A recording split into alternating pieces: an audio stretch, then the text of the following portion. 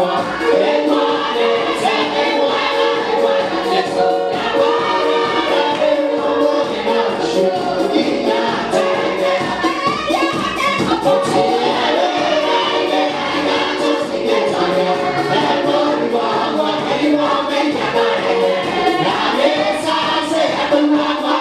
subscribe cho kênh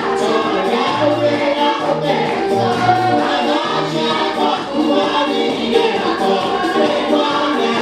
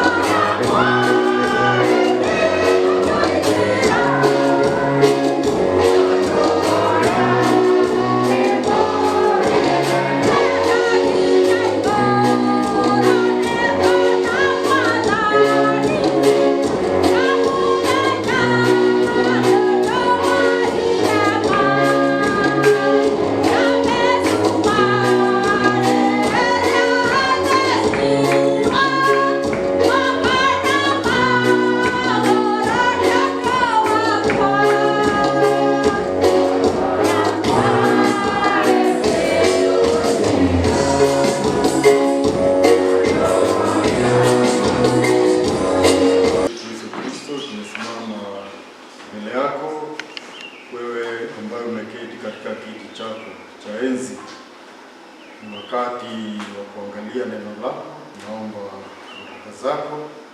Tunaomba Roho wako atuongoze ili hilo neno litufikie jinsi ambavyo wewe umekusudia. Kwa jina la Yesu Kristo naomba na kuamini. Amen.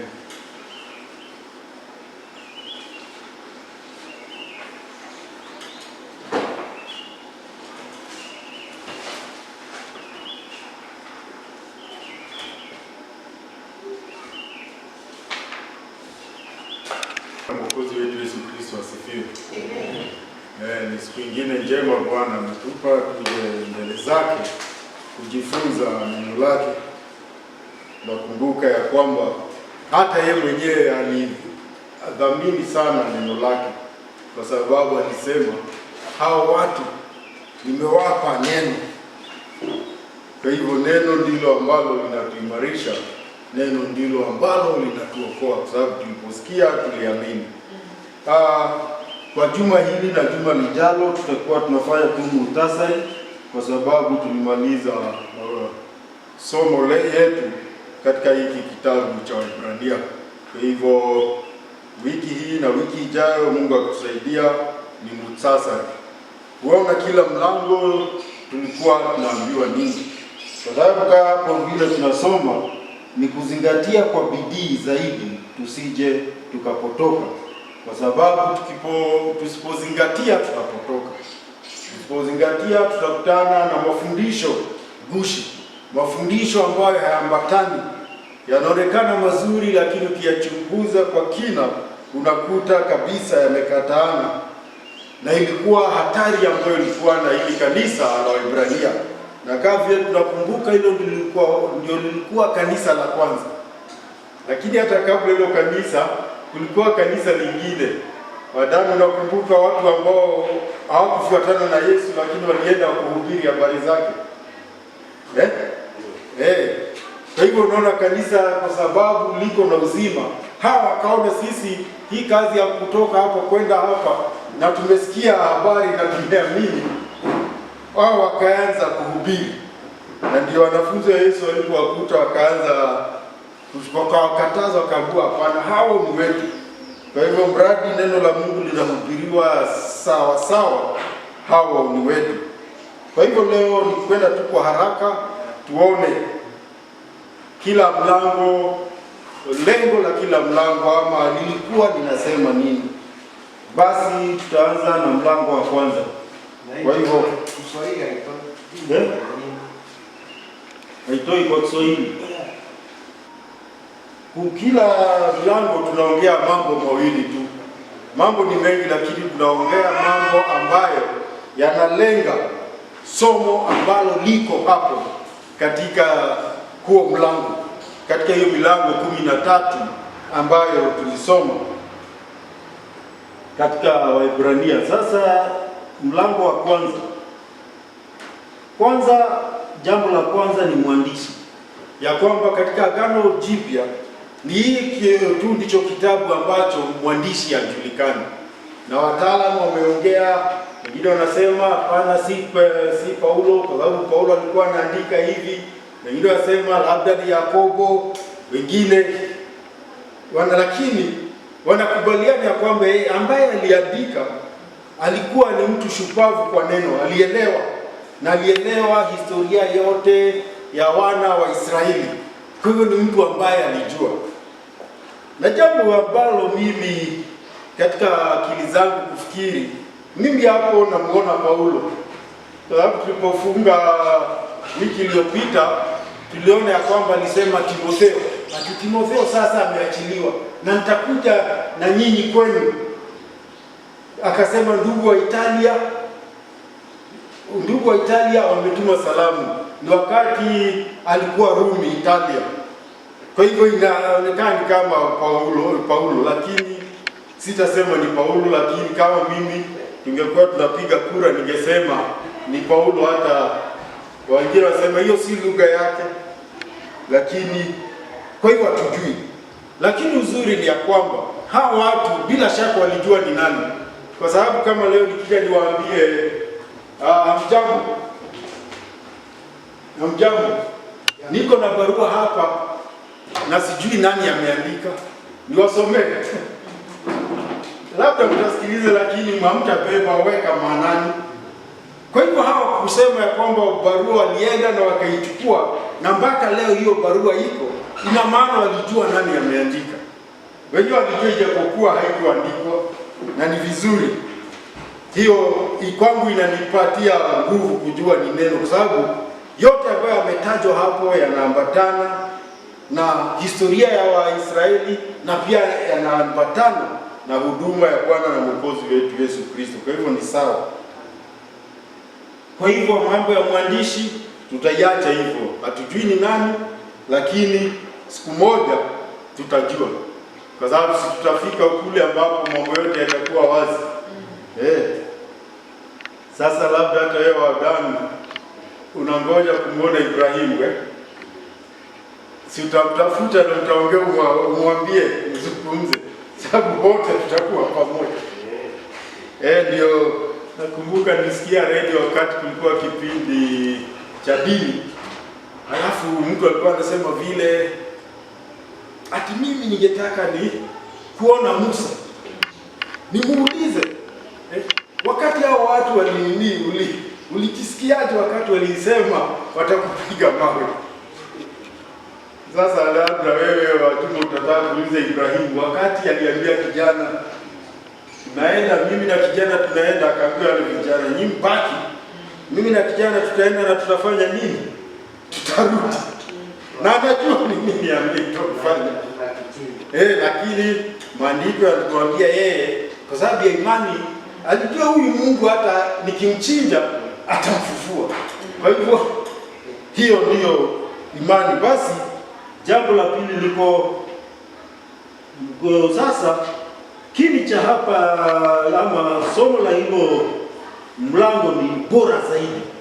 Bora zaidi, hiyo ndiyo anajaribu kusema. Hebu tuanzie kwa nini ni bora zaidi. Mstari wa kwanza mpaka wa 4 tafadhali. Mstari wa kwanza. 1 mpaka 4. Nasema hii, tunasoma hivi. Niandiko hivi. Zamani Mungu alisema na baba zetu kwa njia ya manabii mara nyingi na kwa njia mbalimbali. Lakini katika siku hizi za mwisho tunasema nasi kwa njia ya mwanawe ambaye ameweka kuwa mrithi wa vitu vyote na ambaye kupitia kwake aliumba ulimwengu. Bwana ni mng'ao wa utukufu wa Mungu na mfano halisi, na nafsi yake akivihifadhi vitu vyote kwa neno lake lenye uwezo, akiishi kufanya utakaso kwa ajili ya dhambi, akiketi mkono wa kuume wa aliye mkuu huko mbinguni. Kwa hiyo alifanyika bora kuliko malaika, kama jina alilorithi alivyo bora kuliko lao. Ndio ati sasa anawaambia habari za jinsi Yehova Bwana Mungu alizungumza na baba zetu, na tunaambiwa ya kwamba yeye alisema na baba zetu katika siku hizi nyakati, akasema ni Bwana Mungu ambaye katika nyakati na kwa njia mbalimbali alisema na baba zetu, ya kwamba ni Mungu. Tangu Adamu Mungu amekuwa akizungumza na watu, si alizungumza na Adamu?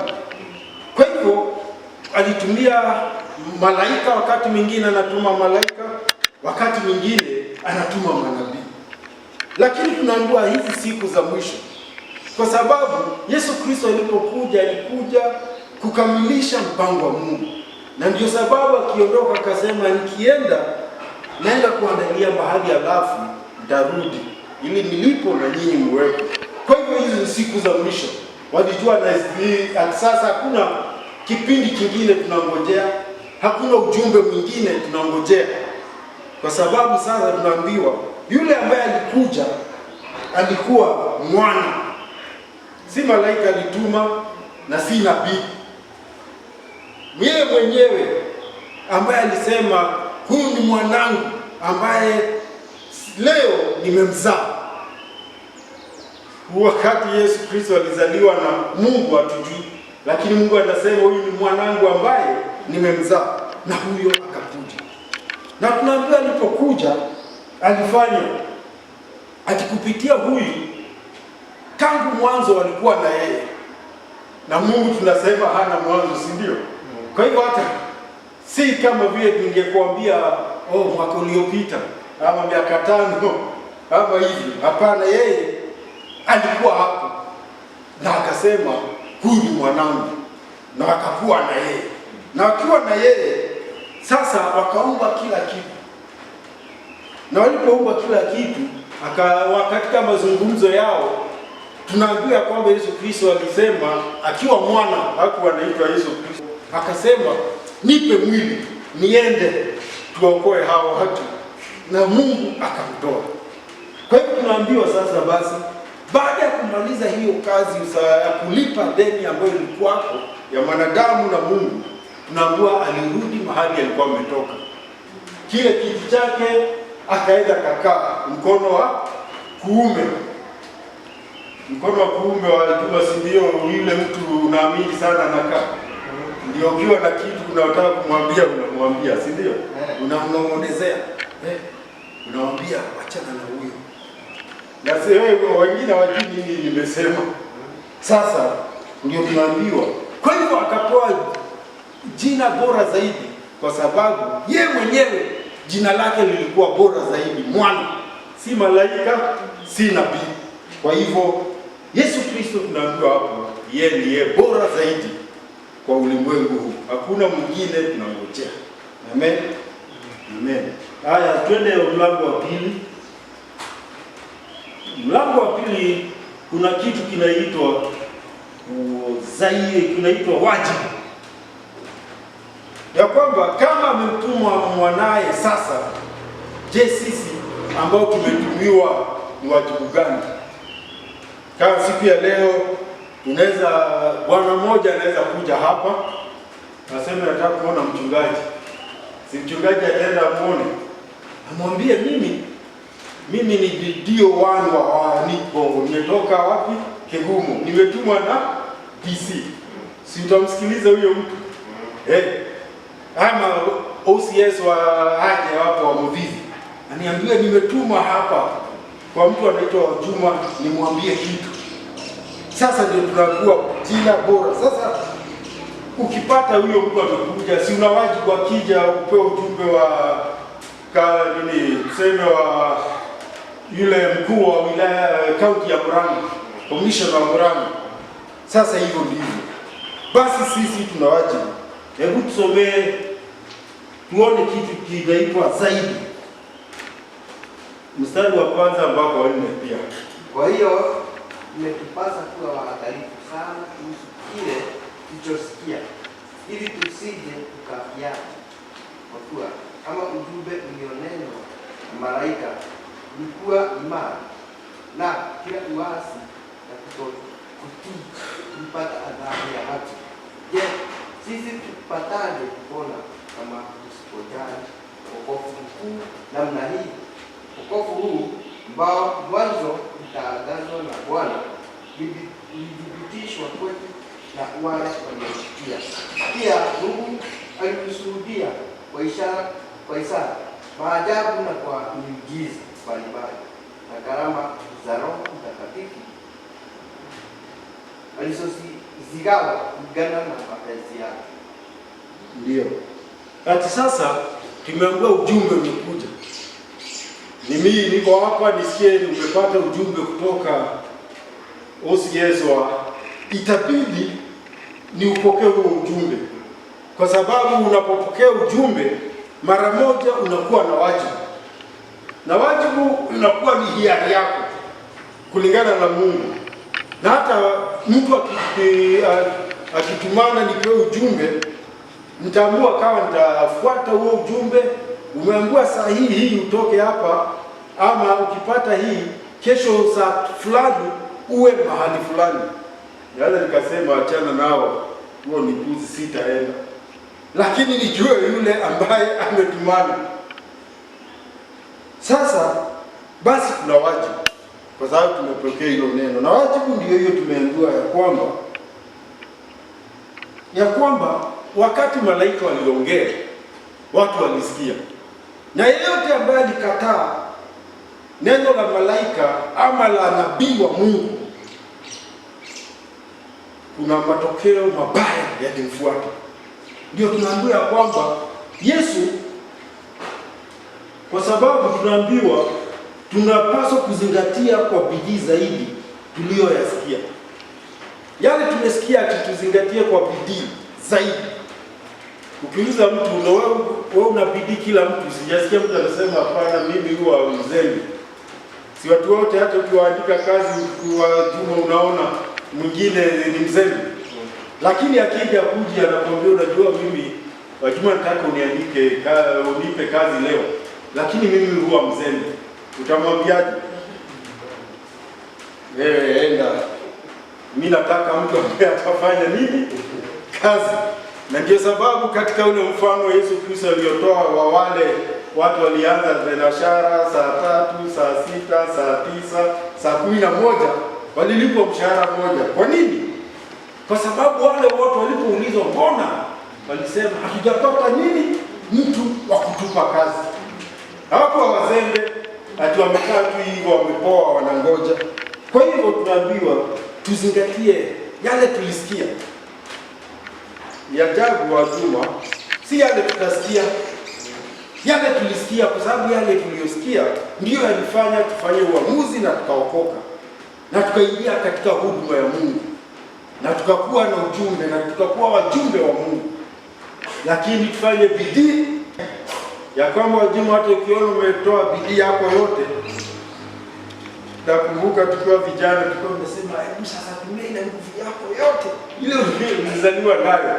Sasa wewe wadani kiambiwa hivyo unajikaza, yani unachukua kitambo ulipozaliwa hiyo nguvu yote unasukuma, kama ni kusukuma ama ni kuvuta, tutumie nguvu yote. Sasa tunaambiwa zaidi, na ndio tumeambiwa kwamba lolote malaika walisema lilithibitika. Wakisema, malaika akisema itakuwa hivi, ilikuwa inatendeka. Basi tunaambiwa basi sisi hatuwezi kuepuka, hakuna jinsi ambayo tutaepuka kama tutapunza wokovu mkuu namna hii. Tunaambiwa tutaepukaje? Hatutaepuka.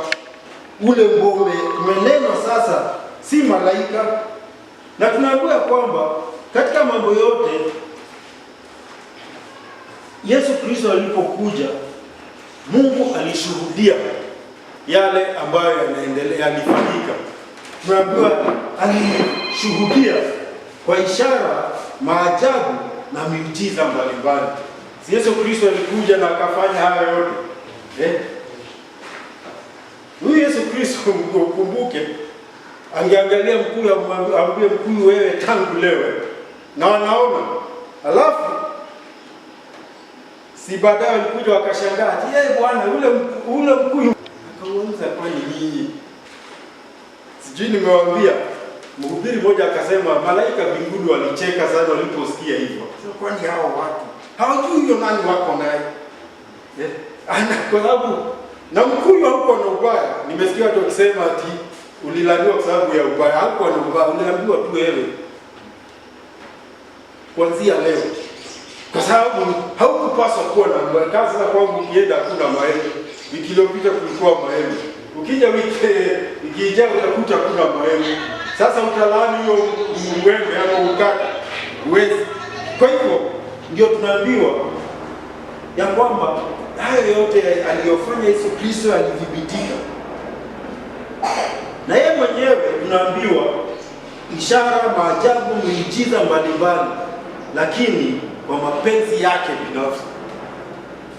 Kwa hivyo neno tunaambiwa ndilo muhimu, si miujiza na maajabu, kwa sababu miujiza na maajabu yanafanywa na mtu akitafuta miujiza na maajabu ataona.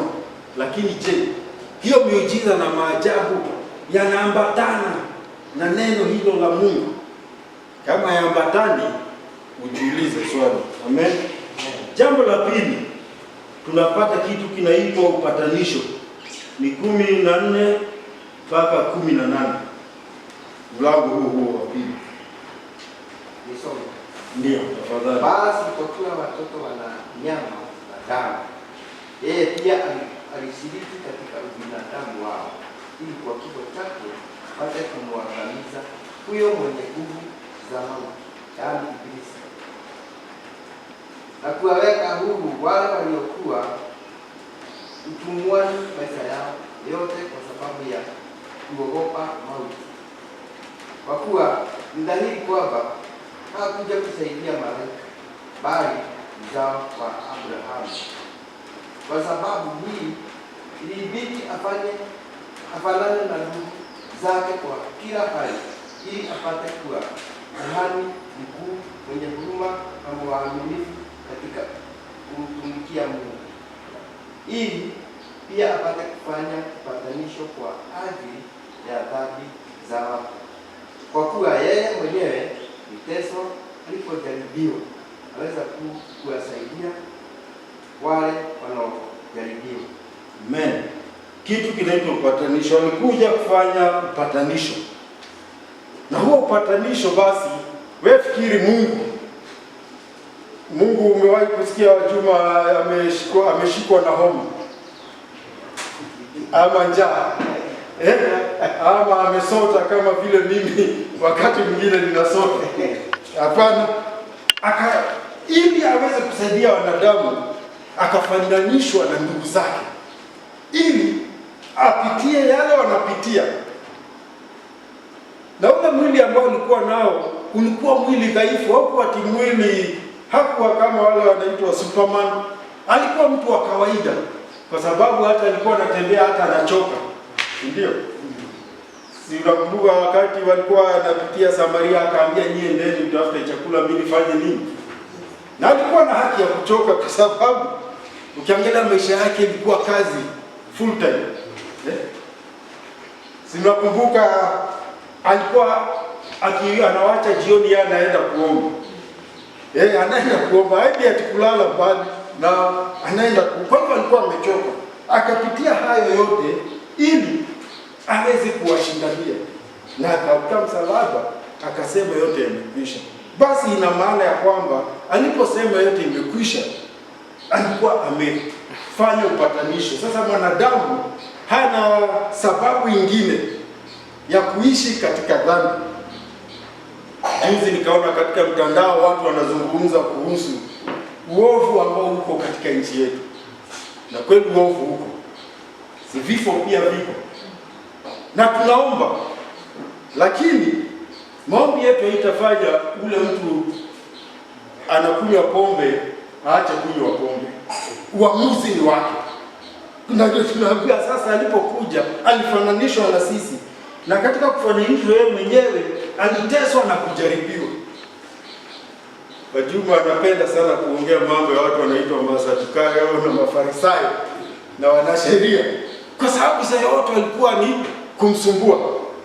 Hakufurahi akifanya chochote, hata mwingine atakuja, mwalimu ninasoma, lakini anajaribu kufanya nini? Kumtega. Anamwambia wewe, si wewe uniambie. Anasema basi hiyo tu ndio. Lakini wanajaribu kila mahali, walijaribu na walimtesa, lakini katika hiyo yote alishinda. Kwa hivyo mtu ambaye ameshinda anaweza kusaidia mtu ambaye anajaribu. Si mmeona kama hawa watu wanaenda mbio, si ndio? Wanakimbia, sijui kama wewe Njoki ulipokuwa shule ulikuwa mwana sport. Ulikuwa. Sasa wanafanya mazoezi. Na wengine baada ya kufanya mazoezi wanaambiwa sasa kuna chipukizi. Sinawaachia nini? Lakini hao chipukizi wanatafutiwa mtu ambaye amepitia hiyo. Anawaambia hapana, ni hivi. Bwana mmoja akaniambia siri 3 za mpira, na nikaona ni nzuri kwa maisha. Kwanza ni kuwa na nguvu na nini, kuweza kudhibiti ule mpira. Sasa mimi nilipokuwa kijana tukiitwa mpira, ni mimi nilikuwa na kuchaguliwa mwisho.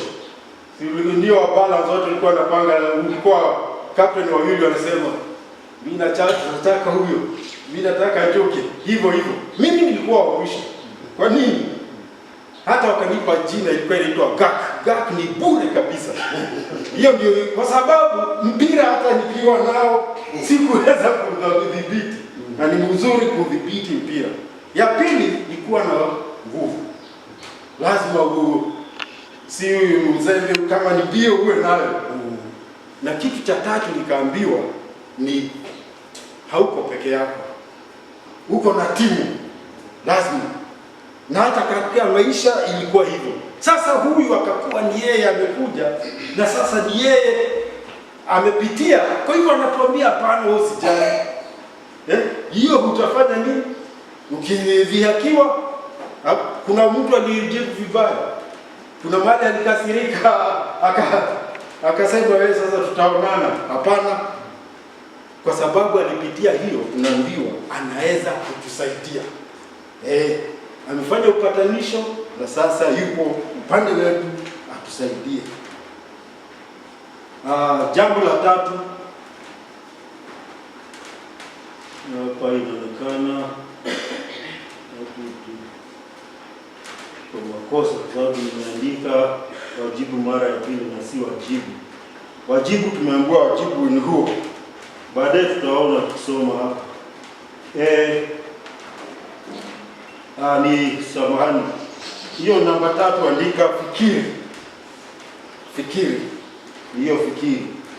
Utasoma mstari wa kwanza, wa pili, wa tatu. Usisome yote mlango wa 3. Fikiri. Ni fikiri. Wajibu tumesoma, hiyo ni fikiri. Nilikosea, sikuona. Kwa hiyo ndugu watakatifu, mnaoshiriki wito wa mbinguni, mtafakarini Yesu, mtume na kuhani mkuu wa ukiri wetu. Alikuwa mwaminifu kwa yeye aliyemweka, kama vile Mose alivyokuwa mwaminifu katika nyumba yote ya Mungu. Yesu ameonyesha heshima kubwa kuliko Mose, kama vile mjenzi wa nyumba alivyo wa heshima kuliko heshima kubwa kuliko nyumba yenyewe. Asante. Tunaambiwa fikiri. Kwa Kiswahili hapa wamesema tafakari. Kutafakari na kufikiri, niwezi kutafakari bila kufikiri. Unaangalia mambo fulani, unayapima, unaona, unashikilia hayo. Kwa hiyo tunaambiwa tutafakari Yesu Kristo, ya kwamba yeye ndiye mtume na kuhani mkuu wa agano wa ungamo letu. Tunaposema tumeokoka, ulizo umeokoka nini? Umeokolewa na nani? Kutokana na nini? Ungamo letu linarudi kwa Yesu, ya kwamba Yesu alikuja akaniokoa, akanilipia deni. Tulisema mtu anaokoka kuna mara ngapi? Ni 3 ama 4. Kwanza tunaokolewa kutokana na mshahara wa dhambi. Si tunasema msalabani ulilipo. Ya pili, tunaokolewa kutokana na nguvu za dhambi. Ya tatu, kuna wakati tutaokolewa kabisa, wakati tutatoka katika uwepo wa dhambi, mahali tunaenda. Hizo hatua 3 za kuokolewa. Sasa alilipa. Sasa alionyesha ya kwamba mtu akimtegemea Mungu atashinda. Kwa hivyo tuna ushindi juu ya dhambi. Kwa hivyo ukipita pale panaitwa Mariboine, usikia kwamba ningeenda hapo na mimi nipige kamoja nisikie, nijikumbushe. Hiyo kiu tulimaliziwa. Ijapokuwa hata Yesu Kristo hata bila hiyo yote aliitwa mlevi, si ndio? Kwa hivyo tujue dhihaka ni sehemu ya yale tunapitia. Kadhihakiwa, Yohana walisema ndiye alipokuja, yeye si alikuwa mnaziri. Mnaziri yeye hanywi divai, hafanyi mambo mengi. Wakasema huyo ni nini? Ni mwenda wazimu. Yesu akakuja divai yeye akakunywa, si hata alitengeneza divai hata bora zaidi ya kwanza, huyo ni mlevi.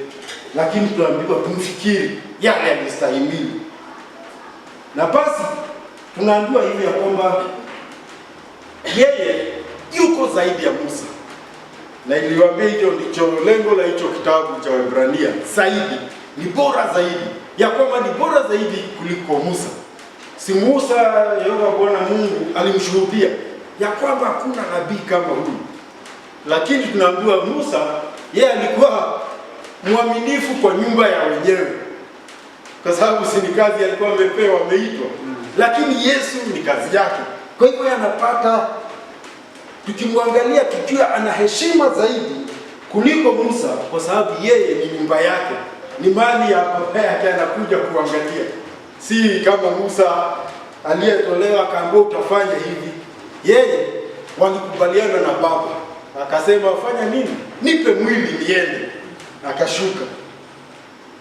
Kitu cha pili, basi tunakuwa himizo ni mambo mawili.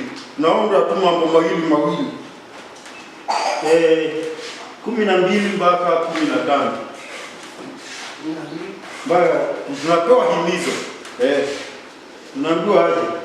Ndugu zangu, angalieni asiwepo miongoni mwenu mtu mwenye moyo mwovu usioamini unaojitenga na mtu aliyetenda. Lakini mtiane moyo mtu na mwenzake kila siku, maadamu tuokolewa, ili asiwepo hata mmoja wenu mwenye kufanywa mgumu kwa udanganyifu wa dhambi, kwa kuwa tumekuwa waasiriki wa Kristo, kama tukisikamana tu kwa udhabiti na tumaini letu na kwanza hadi mwisho. Amen. Fike hapo ya kwamba tunahimizwa sasa, tukimwangalia Yesu tunahimizwa ya kwamba basi tuwe tuna ufahamu sawa ya kwamba asiwepo mmoja wetu wa moyo mwovu wa kutokuamini, ya kwamba adui mmoja tu mkali kwetu ni kutokuamini, kwa sababu usipoamini hakuna mahali utaenda, kwa sababu hata neno linatuambia bila imani huwezi kumpendeza Bwana Mungu. Tunaambiwa kwamba tushikilie hiyo ungambo letu na tuamini, tusiwe mtu ambaye atakuwa wa kutokuamini, kwa sababu tunaambiwa ya kwamba tuhimizane kila siku ya kwamba tunapokutana, sisi utaonea ushuhuda ni kuhimizana, tukikutana kuhimizana ya kwamba bado tuko safarini, kwa sababu tunaambiwa mmoja wetu anaweza kufanywa moyo mgumu kwa udanganyifu wa nini? Si kwa sababu ya dhambi, udanganyifu wa dhambi, kwa sababu dhambi ikija inakuja na udanganyifu. Dhambi ikuja inakwambia wewe enda uibe, inakwambia sasa unaona pale ukifanya hivi utafanya. Na ndio nasikia watu kama ni katika serikali wizi, ukienda kwa chifu unaambiwa kalamu, na uko na kalamu. Kama mimi huwa nabeba kalamu, ukimwambia hii kalamu anakwambia wewe toka nje, nani mwingine akuje kwanza, si ndio? Huo ni udanganyifu wa dhambi, kwa sababu ni mdanganya ya kwamba kama kila mtu akija hapa atalikuwa na ndio, hata asubuhi anafanya hesabu, kama atasikia kesi fulani anafurahi, si ndio? Hapo itatoka kitu kikubwa. Ni udanganyifu wa dhambi, kwa sababu mtu haamini vile Mungu amesema na ile matokeo ya dhambi. Alafu mtu akifanya hivyo adanganywe na dhambi, tunaambiwa moyo unakuwa mgumu na baadaye ni kuasi, anakuwa kabisa yamepotea kabisa. Mimi hupenda kukumbusha watu fulani, siku moja tunatoka huku upande wa Kandani, sijui kama ilikuwa wakati tulikuwa tunaenda ushirika, tukakutana na bwana mmoja hapo. Unakumbuka? Akasema niende wa Goma. Ngo gatagate. Nikamwambia sawa. Wewe ndio una nini? Unasema. Na ni mtu unasikia alikuwa wa kanisa. Lakini udanganyifu wa dhambi ukakuja, moyo ukakuwa mgumu, kwamba sasa hata ataongea vile anataka. Jambo la 4, kuna kitu kinaitwa ahadi.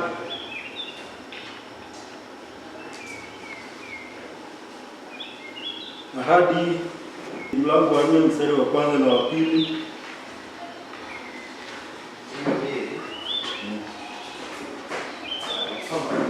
Ndio.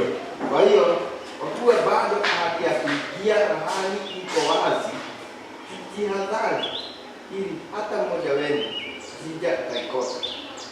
Kwa maana sisi pia tumesikia Injili iliyohubiriwa kwetu kama nao walivyosikia, lakini ujumbe ule waliousikia haukuwa na maana kwao, kwa sababu wale waliousikia hawakuchanganya na imani. Ya kwamba tumepewa ahadi. Na ahadi si mali. Hapa duniani tunaambiwa hata wale akina Ibrahimu.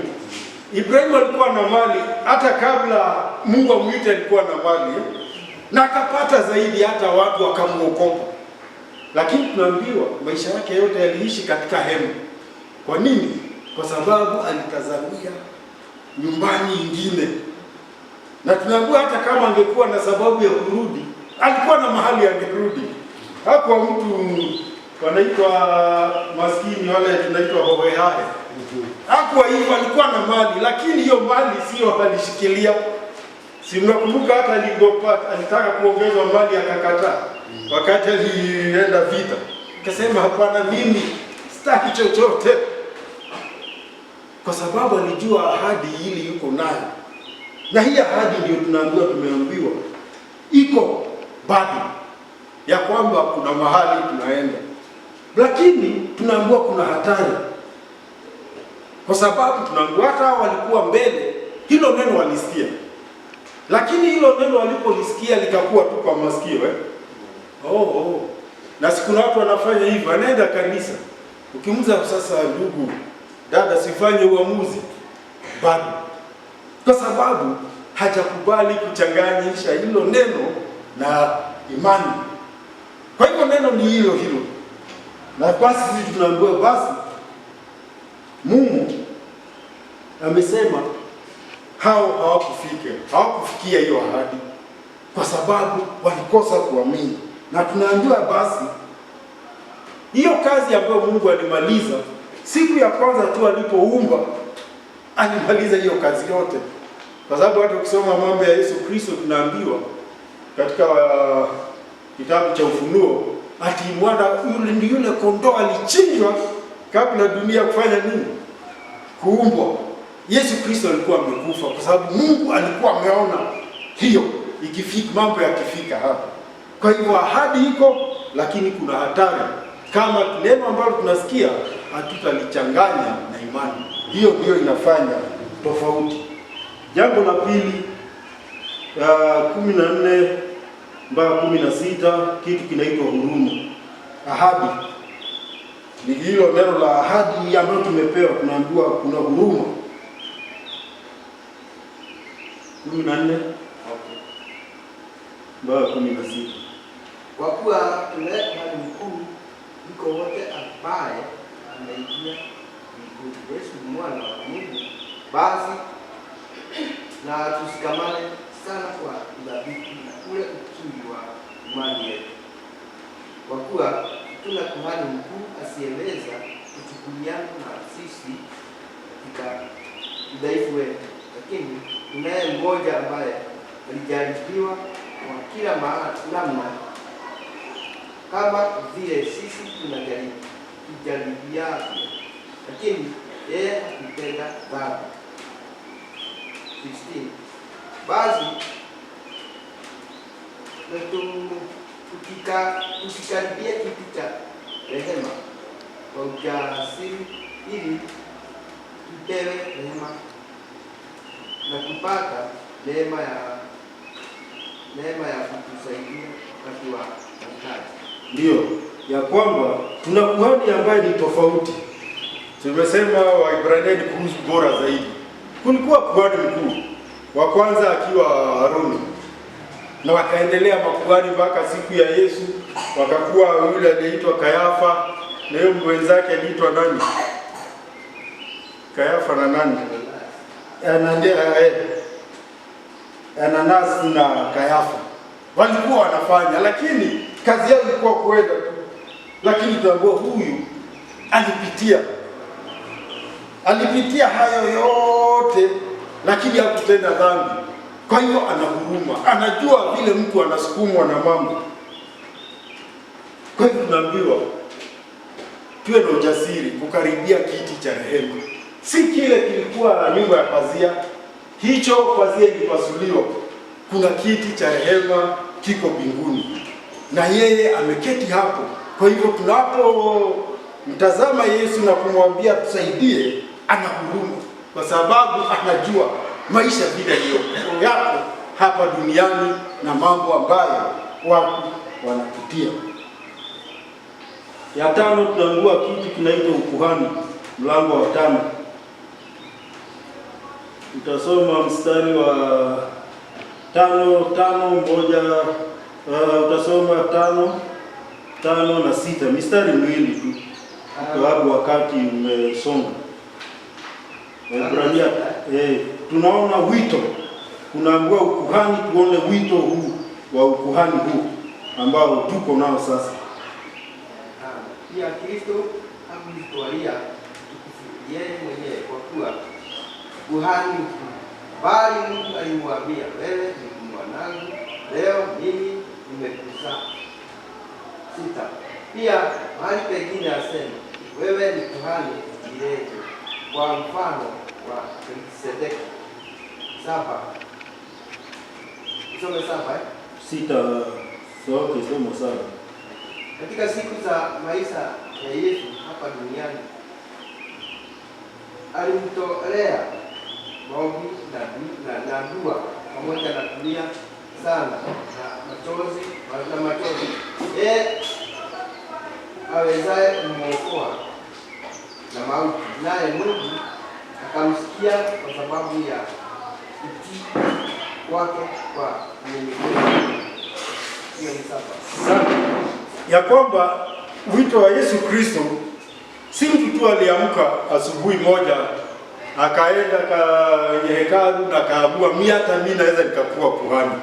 Kulikuwa utaratibu, na utaratibu ambao tunaona hapa ni ya kwamba ni Mungu mwenyewe aliyasema, huyu wewe ni mwanangu, leo nimekuzaa, na akasema wewe ni kuhani katika njia ya Melkisedeki.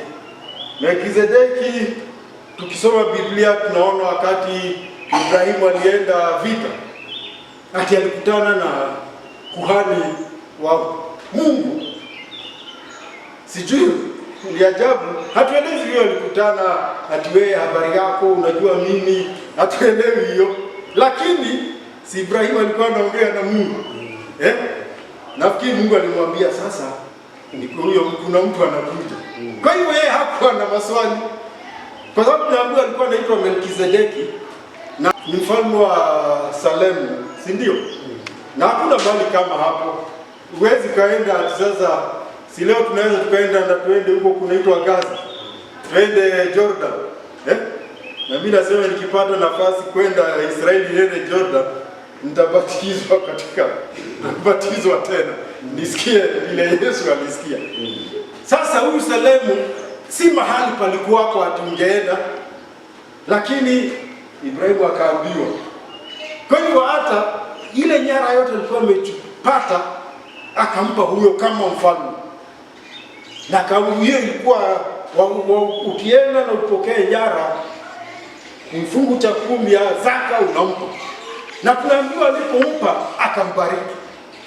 Kwa hivyo ina maana nini? Yule aliyebariki ni mkubwa kuliko yule amebarikiwa, si ndio? Basi sasa yeye ni Mungu alimteua kuwa kuhani si kama Haruni, hapana, kama Melkizedeki. Hana mwanzo, hana mwisho. Ndio habari za Melkizedeki. Usikii baba yake, usikii mama yake, usikii kule alikufa. Kwa hivyo Yesu Kristo pia yuko hivyo. Ukitafuta mama ya Yesu utampata kama hapa duniani, si ndio? Lakini yeye anasema, akiongea na Baba anasema, ule utukufu tulikuwa na wewe huko kabla dunia haijaumbwa. Kwa hivyo yeye hana mwanzo kwa sababu walikuwa na Mungu, na hana mwisho mpaka leo anaishi. Alikuwa na mwito kuwa kuhani. Na jambo la pili tunaona si vizuri tu mambo tu yanakuwa mazuri, kwa sababu tusipozingatia vile tuliambiwa tutakuta mambo mengine tumepoteza. Tuone kile hawa walipoteza. 12 mpaka 14 tunasoma kitu kinaitwa kuzorota.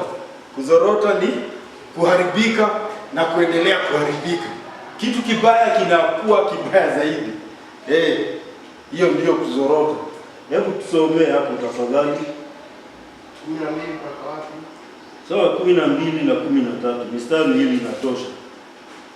Kwa hakika ingawa mpaka wakati huu ingewapasa kuwa walimu, bado inapasa mtu wa kuwafundisha tena tukiwa za awali za kweli ya neno la Mungu.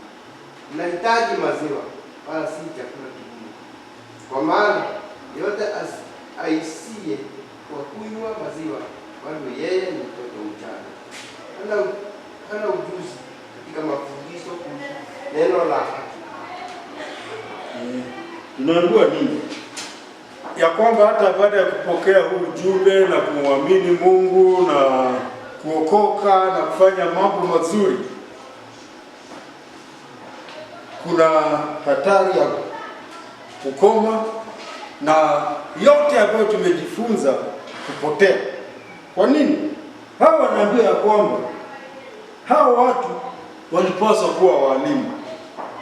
Huyu ni mtu yuko mbali anawaandikia, na ni mtu anawafahamu, kwa sababu hata akimaliza ujumbe wake aliwaambia nakuja kuwaona. Ya kwamba sasa mungekuwa mumeendelea. Na bahati wakati ya askofu alikuwa hapa, si alituzungumzia ya kwamba kuna sehemu ya kwanza ya kufanya nini? Ya kuomba. Alafu tunapewa. Lakini tunafika sehemu hii tunaomba sasa hatupewi. Kwa nini? Tungekuwa tumeacha kuomba, tunatafuta. Si ndio? Na tukitoka hapo kutafuta, tunabisha. Mtu wa mlango kama huu ukija hapo utabisha. Mtu akiingia pale, msikie mtu anasema hodi, si mtashangaa. Although nisikia kuna watu fulani sijui ni kweli walikuwa wanaambiwa kwa basi walikuwa wanabisha. Unasikia hao watu wa kwenu Kiambu ndio hapo umesikia. Lakini nafikiri ni watu walikuwa wanadhihaki. Hata walikuwa wanabisha mlango hodi. Akiingia na asema anawasalimia watu. Hata ataenda kuwasalimia mkono. Hapana. Kubisha ni kutafuta nini hicho? Kwa sababu mlango umefungwa, mlango uko wazi, hatubishi. Hiyo ndio tunaambiwa hao walikosa hizo hatua. Askofu alituambia wakakuwa tu ni watoto, kazi yao tu ni mambo kidogo kidogo tu. Hiyo tu ndio wanafurahia. Na mimi ni wakati nilikuwa nasomea hapa, nikiwa hapo tunakumbuka changu hapo, nilikuwa naangalia utaona watu wameruka wametokwa na jasho. Si tumemaliza kiosho na keti. Inaanza nini? Ushuhuda. Unaona mtu anasinzia. Neno likija mtu amelala. Huyo mtu ushuhuda amesikia. Ametiwa nguvu na ujumbe wa mtu fulani akisema vile aliomba na ikakuwa. Neno amesikia. Kwa hivyo anatukuja, lakini ametoka kanisani, lakini ile alifanya tu ni kurukaruka, kuimba na kufanya nini? Kusinzia na kulala. walifanya hivyo, wangekuwa walimu, lakini sasa yale mambo ya msingi inawasumbua, wakaambiwa ni vibaya, labda inahitajika mtu aje awafundishe wokovu ni nini. Ni hali mbaya, lakini inatokea. 6, tunaambiwa kitu kinaitwa ukamilifu. Sasa tutasoma mstari mmoja ndio mtu aende ajisomee wengine, si ndio? Mstari tu wa kwanza. Kwa hivyo kiachana na mafundisho yale ya awali na tukisonga mbele ili tufikie utimilifu, sio kuweka tena msingi wa mafundisho na kuzitupia kazi zisizo na uhai na imani katika Mungu. Haya, sawa. Tunaambiwa tuache mafundisho ya msingi, ya kwamba ifike mahali tuna mafundisho ya juu zaidi, kwa sababu ya msingi ni kama mwanafunzi akienda darasa la kwanza, si anaanza masomo ya msingi, sasa anaenda akiongezeka. Sasa wewe fikiri mtu ameenda huko, amefika kidato cha kwanza, anaulizwa 15 times 3, zidisha 15 mara 3, anasema anasumbuka. Sasa si mwalimu atasumbuka sana, anaambia hebu tusomee Wajuma anaangalia, anasoma neno moja, mwalimu anashindwa, wewe ulifika hapa aje? Na hivyo ndivyo hatari iko. Tunaambiwa hayo tuache. Tunaambiwa kuna mambo yanaitwa msingi, imani, toba, kutubu dhambi. Tunafundishwa aje tena? Na tushafundishwa imani, mabatizo, aina tofauti ya ubatizo ambao tunapokea, kuwekwa mikono, ufufuo wa wafu na hukumu ya milele. Tunaambiwa hayo tuachane nayo, tuzingatie mambo ambayo yatatusaidia kusimama vizuri, kuelewa neno vizuri. Alafu jambo la pili ni 19 na 20. Tunaona kitu kinaitwa nanga.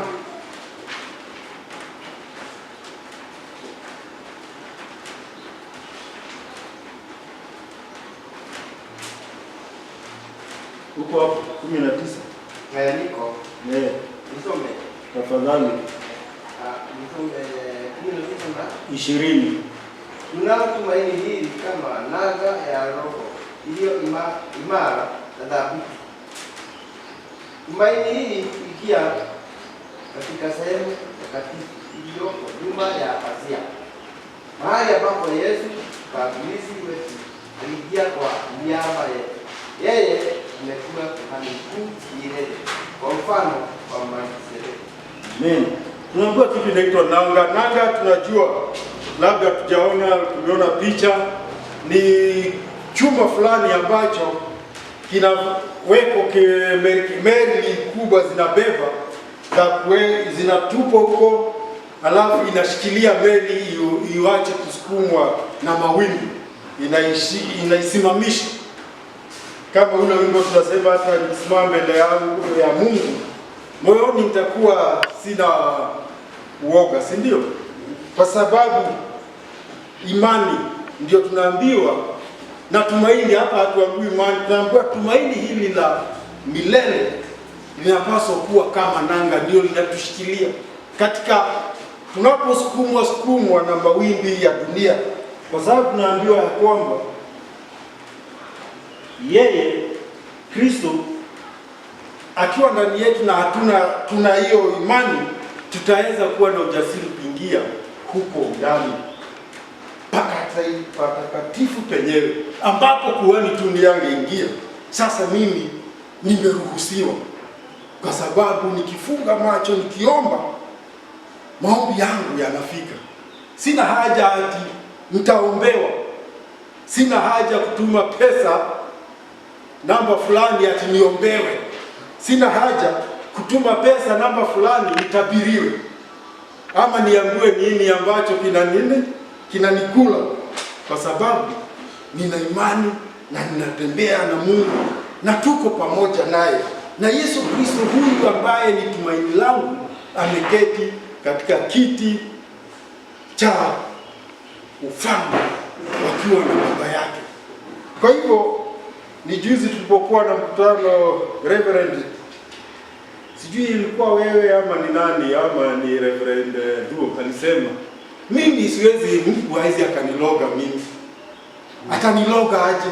Na tuko na Yesu. Atafike mimi kama tunatembea na Yesu, ataniloga aje mtu, ama atasema neno aje liniweze? Hiyo ndio tunaambiwa, huo ujasiri. Tunaenda patakatifu ambapo kuhani alikuwa anaenda. Yeye alikuwa anaenda mara moja kwa mwaka, na anaenda amebeba damu. Yesu Kristo alienda na damu yake mwenyewe, na hiyo katosha. Kwa hivyo hiyo ndio nanga yetu, tumaini. Tukimaliza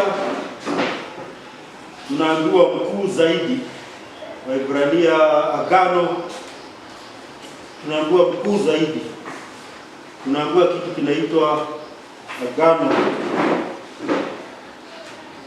Msoma ahadi, sasa tunasoma kitu kinaitwa agano. Somee tu mstari mmoja hapo. Mkuu zaidi 7:5 tu. Msome yote. 7:5 tu, 7:5. Basi Isaia inawaagiza wana wa Lawi wao kufanyika makuhani kupokea sehemu ya 10 kutoka kwa wao ndugu zao, ingawa ndugu zao wazao wa Abrahamu. Kuhusu ukuhani na agano jipya ambayo tuko nalo. Katika huo ukuhani kulikuwa watu walikuwa wanaitwa Walawi, na Walawi ndio walikuwa wamepewa hiyo kazi. Hata mashamba hawakupewa, walipewa tu shamba tu kidogo ya kupanda sukuma wiki, tuweka ng'ombe moja wawili. Mungu akasema hao mimi ni mimi urithi wao, na hiyo ndio ilikuwa kazi.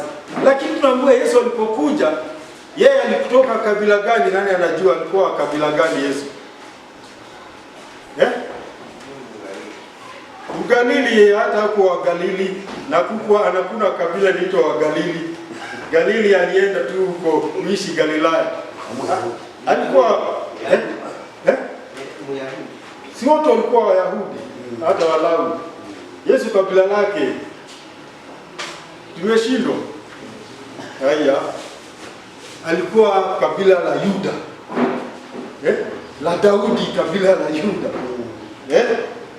Yeye tunaambiwa ya kwamba alikuja na yeye si wa hilo kabila. Kwa nini? Kwa sababu kuhani wake ulizidi. Kwa sababu hata tunaambiwa hata Ibrahimu mwenyewe, ama hata huyo Lawi mwenyewe, maandiko yanasema alitoa zaka kwa Yesu wakati alitoa kwa Melkizedeki. Kwa sababu ijapokuwa alikuwa hajazaliwa, tunaambiwa alikuwa katika viuno vya baba yake. Na ujue ya kwamba hata Lawi hakuwa mtoto wa Ibrahimu, alikuwa mtoto wa nani? Lawi alikuwa mtoto wa nani? Haya, Biblia tusomi. Ibrahimu alikuwa na watoto wangapi? Watoto. Wana wangapi? Watoto alikuwa na wengi. Watoto alikuwa mmoja, lakini hao wengine. Alikuwa wana walikuwa wangapi wale wametaja? Wale wengine hakutajwa. Ishmaeli na nani? Na Isaka. Na Isaka alikuwa na wana wangapi? Nani na nani? 12. Isaka alikuwa na wana wawili. Isaka wawili, nani na nani? Na Esau akaenda njia zake, si ndio? Vile alikwisha hatujui, kwa sababu yeye aliona njaa inamuua akasema urithi hataki. Lakini hata kabla hapo Mungu alikuwa amemkataa, alikuwa ameona ni mtu aina gani, ni kichwa ngumu, bila tunaambiwa tusikue. Baadaye Yakobo akapata wana wangapi? Yakobo mmoja wao Lawi. Unaona Lawi hajazaliwa na Ibrahimu anatoa fungu la 10 kwa Melkizedeki. Ina maana hata Lawi yeye mwenyewe alilipa. Kwa hivyo ina maana agano hili la mpya ni kubwa kuliko lile walikuwa wanafuata. Basi hebu tumalize 23 tu. Kitu kinaitwa Waebrania au kinaitwa udhibitisho. 23. Basi pamekuwepo na makuhani wengi wa aina hiyo, kwa kuwa hivyo kiliwazuia kuendelea na huduma yao ya kuhani. Ya kwamba hawa makuhani walikuwa wengi. Simesikia kwanza alikuwa Haruni. Baadaye Haruni si alikufa. Nafikiri alianzia Eleazari, nafikiri. Wakati huduma yake ilifika mwisho, Mungu akasema atoe nguo sasa. Ibrahimu Musa akaenda akamtoa nguo, akamvisha mwanae, akakufa kazini. Na wakaendelea wakifa wengi. Lakini mwishowe wakati wa Yesu ndio kukakuwa Kayafa na nani? Na Ananas. Baadaye hapo Yesu akaingia na ukuhani wake ambao ni mkubwa, na huo tunaambiwa yeye amedhibitika kwa kuwa yeye hakufi. Kwa hivyo hana haja ya kuhani mwingine kuja kwa niaba yake ama kwa sababu yake. Kwa hivyo hebu basi tudhibitike katika ukweli huo ya kwamba agano hili tunalo ni bora zaidi, tuna ukuhani bora zaidi, tuna agano bora zaidi, kwa sababu hao wengine walizungumziwa na malaika, wengine walizungumziwa na manabii, lakini sisi tumezungumziwa na Mungu mwenyewe kupitia mwanaye Yesu Kristo. Amen. Yehova Bwana Mungu wetu awabariki. Amen. Asanteni.